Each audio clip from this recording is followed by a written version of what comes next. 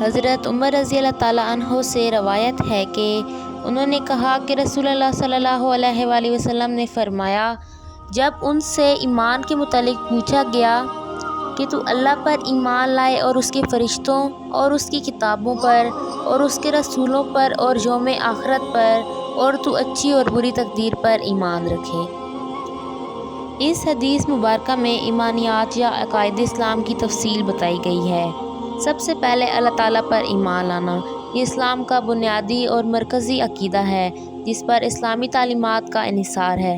اس کو اسلام کی روح قرار دیا جا سکتا ہے کیونکہ اس سے سرمو انحراف انسان کو اسلام سے خارج کر دیتا ہے۔ تمام اعمال کی قبولیت کا انحصار اس عقیدہ پر ہے۔ ارشاد باری تعالیٰ ہے، بے شک وہ لوگ جنہوں نے کہا اللہ ہمارا رب ہے پھر اس پر قائم رہے، ان پر اللہ کے فرشتے نازل ہوتے ہیں۔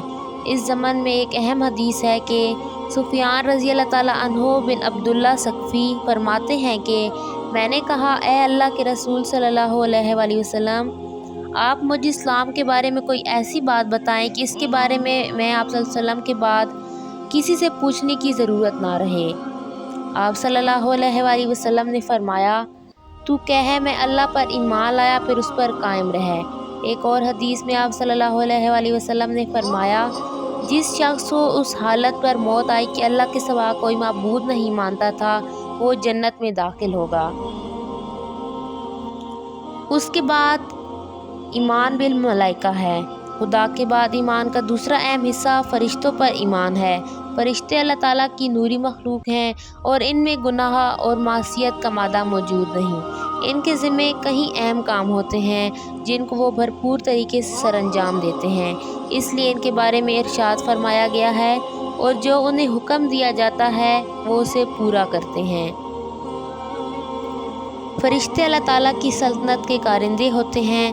ساری کائنات کا انتظام خدا نے فرشتوں کے سپرد کیا ہوا ہے، مثلاً بارش برسانا، روح قبض کرنا وغیرہ۔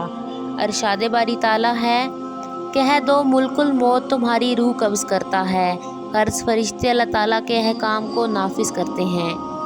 اللہ تعالیٰ ان کے ذریعے سے پیغمبروں پر وحی بھیجتا ہے تاکہ وہی آمیزش اور دخل اندازی سے پاک رہے، اور پھر یہ نہایت امین اور طاقتور ہیں، کوئی شیطانی قوت ان پر اثر انداز نہیں ہو سکتی۔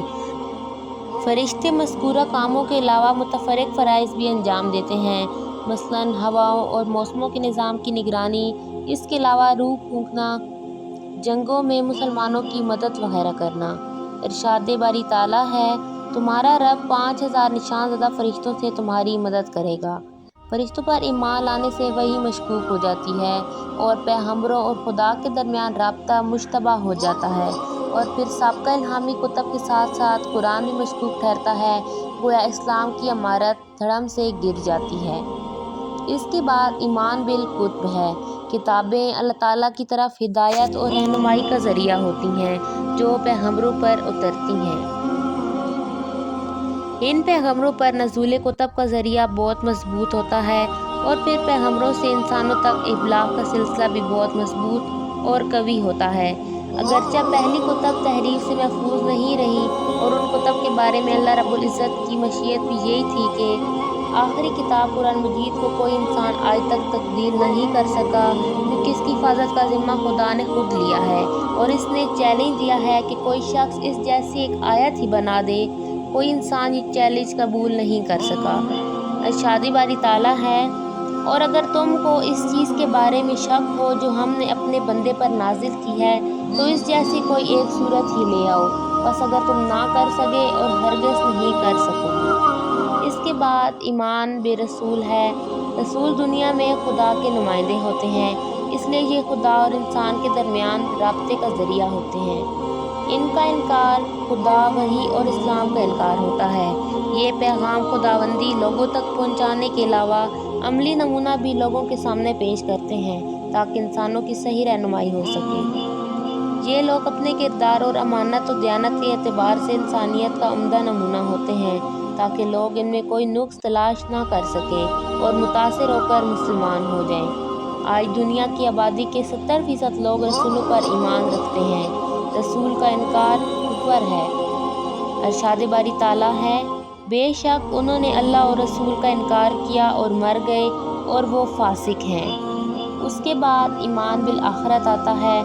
آخرت کا عقیدہ ہمیں یہ بات یاد دلاتا ہے کہ دنیا صرف یہی نہیں بلکہ ایک اور دنیا بھی ہے جس کا آغاز موت کے بعد ہوگا۔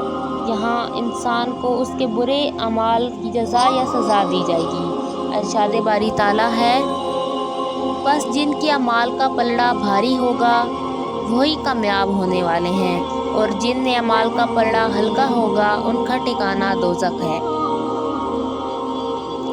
اس کے بعد ایمان بالقدر آتا ہے۔ تقدیر پر ایمان بھی اسلام کا اہم عقیدہ ہے۔ اس کے بارے میں ارشاد باری تعالیٰ ہے، یہ غالب اور جاننے والے رب کا اندازہ ہے، جب انسان پیدا ہوتا ہے تو کچھ چیزوں کا فیصلہ کر دیا جاتا ہے۔ نبی صلی اللہ علیہ وآلہ وسلم نے فرمایا، بے شک اللہ تعالیٰ اپنی مخلوق میں سے ہر بندے کی پیدائش کے وقت اس کی 5 باتوں سے فارغ ہو چکے ہوتے ہیں: اس کی موت، اس کا عمل، اس کے رہنے کی جگہ، اس کے پھرنے کی جگہ اور اس کے رزق سے۔ اللہ تعالیٰ نے تقدیر کے مسئلے پر بحث کرنے سے منع کیا ہے۔ تقدیر 2 قسم کی ہوتی ہیں: تقدیر مبرم اور تقدیر معلق۔ تقدیر مبرم وہ تقدیر ہے جس کو کوئی ٹال نہیں سکتا۔ اس کے امور اللہ تعالیٰ کی طرف سے طے شدہ ہوتے ہیں، ان میں انسان کچھ نہیں کر سکتا، مثلاً عمر، صلاحیتیں اور ذوق وغیرہ۔ تقدیر معلق وہ تقدیر ہے جو انسانی اعمال کے نتیجے میں ٹل بھی سکتی ہے اور تبدیل بھی ہو سکتی ہے۔ اس کی مثال اس حدیث سے ملتی ہے جو حضرت غزیمہ رضی اللہ تعالیٰ عنہ اپنے باپ سے روایت کرتے ہیں، میں نے کہا، اے اللہ کے رسول صلی اللہ علیہ وآلہ وسلم، وہ دم جو ہم پڑھواتے ہیں اور جو دوا ہم لیتے ہیں اور حفاظت کی چیزیں جن کے ذریعے سے ہم بچتے ہیں، کیا یہ اللہ کی تقدیر کو کچھ پھیر سکتی ہیں؟ فرمایا، یہ چیزیں بھی تو اللہ کی تقدیر سے ہی ہیں۔ مسئلہ تقدیر میں انسان کتنا پابند اور کتنا آزاد ہے، اس کی وضاحت حضرت علی رضی اللہ تعالیٰ عنہ کے ایک سائل کے جواب دینے سے ہوتی ہے۔ آپ نے فرمایا، اپنی ایک ٹانگ اٹھا لو۔ اس شخص نے جھٹ سے اٹھا لی اور اپنی ایک ٹانگ پر کھڑا ہو گیا۔ پھر آپ نے فرمایا، اب دوسری ٹانگ بھی اٹھا لو۔ اس نے جواب دیا، گر جاؤں گا۔ آپ نے فرمایا، بس یہی تقدیر ہے۔ انسان کو شکل و صورت اور صلاحیتیں خدا ہی عطا کرتا ہے۔ کسی کا دلیر اور بزدل ہونا، زیادہ یا کم ذہین ہونا، لیکن ان صلاحیتوں سے صحیح فائدہ اٹھانے کی خدا کی طرف سے اجازت ہے۔ اکثر دیکھا گیا ہے کہ کم صلاحیت والے لوگ محنت کر کے زیادہ باصلاحیت لوگوں سے آگے نکل جاتے ہیں۔ اگر لوگوں کو آزادی عمل نہ ہو تو جنت اور دوزخ کا تصور ہی فضول ہے اور اللہ تعالیٰ ظالم ٹھہرے گا، حالانکہ وہ سب سے زیادہ انصاف کرنے والا ہے۔ اس لیے انسان کو کوشش کا مکلف ٹھہرایا گیا ہے اور اس کی کامیابی میں اس کا بڑا حصہ رکھا گیا ہے۔ ارشاد باری تعالیٰ ہے، انسان کے لیے اس کی کوشش کے سوا کچھ نہیں، اس لیے ایمان کے ساتھ عمل صالح کا حکم دیا گیا ہے۔ ارشاد باری تعالیٰ ہے، بے شک انسان خسارے میں ہے مگر وہ لوگ جو ایمان لائے اور عمل صالح کیے۔ اگر میری آج کی ویڈیو آپ کو اچھی لگی تو میری ویڈیو کو لائک کریں، شیئر کریں اور میرے چینل کو سبسکرائب کریں۔